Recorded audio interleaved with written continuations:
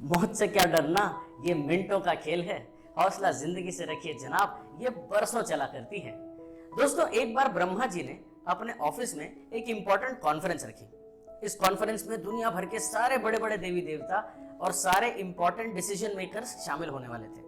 ब्रह्मा जी के कैबिन के बाहर सोफे पर गरुड़ देव बैठकर किसी का इंतजार कर रहे थे और वहीं रिसेप्शन पर एक नन्ही सी सुंदर सी चिड़िया बैठकर अपना काम कर रही थी। धीरे धीरे करके एक एक देवी देवता ब्रह्मा जी के कैबिन की तरफ बढ़ने लगे।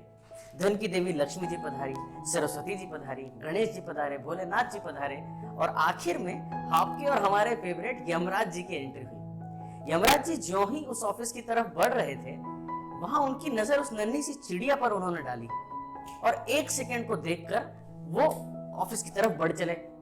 यमराज जी की पड़ी हुई उस चिड़िया पर जो नजर थी, उसको गरुड़ देव ने पकड़ ली। अब गरुड़ देव हम और आप जानते हैं कि पक्षियों के राजा हैं।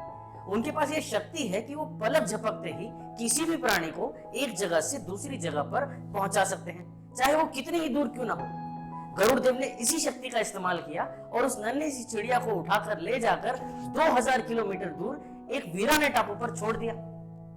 अब यमराज जी कॉन्फ्रेंस खत्म करके थोड़ी देर के बाद बाहर आए तो उन्होंने बड़े आश्चर्य से यहाँ वहां कुछ ढूंढा। उनको टोकते हुए गरुड़ देव ने यमराज जी से पूछा कि हे यमराज, आप उस नन्ही सी चिड़िया को ढूंढ रहे हैं ना, जो वहां बैठकर अपना काम कर रही थी। आपकी पड़ी हुई नजर पर मैंने बड़ा गौर किया और मैं समझ गया कि आप उस चिड़िया पर नजर डालने के बाद उसके प्राण लेने वाले हैं। इसीलिए उसको मैंने यहाँ से उठाकर 2000 किलोमीटर दूर एक वीराने से टापू पर ले जाकर छोड़ दिया।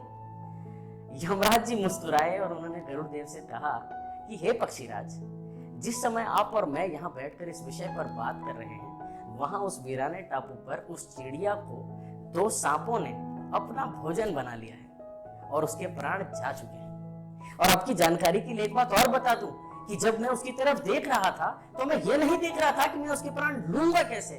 मैं तो ये सोच रहा था कि बेचारी नन्ही सी चिड़िया इतने कम समय में इतनी दूर उस वीराने टापू पर पहुंचेगी कैसे, जहां उसके प्राण जाने वाले हैं। आप ही की तरह गरुड़ देव को भी ये बात जानकर बहुत दुख और आश्चर्य दोनों हुआ। दोस्तों, इस कहानी से हमें ये सीख मिलती है कि मृत्यु जो है उस पर किसी का कोई कंट्रोल नहीं है। जब आनी है तब आनी है। कोरोना की फर्स्ट वेव का डर, कोरोना की सेकेंड वेव का डर, अब वैक्सीनेशन का डर हम सबके मन में ग्रस्त हो चुका है और हम इससे कहीं ना कहीं अपने शारीरिक आघात को लेकर बहुत परेशान हैं। मेरी आप सबसे यही विनती है कि आप अपने नेसेसरी प्रिकॉशंस पे ध्यान दें और अपना ख्याल रखें। बाकी सब ऊपर वाले पर छोड़ दीजिए। तो मेरा ये आपसे अनुरोध है कि आप भिड़े रहिए पूरे जोश के साथ कोरोना की मार से और सुनते रहिए ऐसी ही कहानियां हर हफ्ते मिश्रा जी कहानीकार से।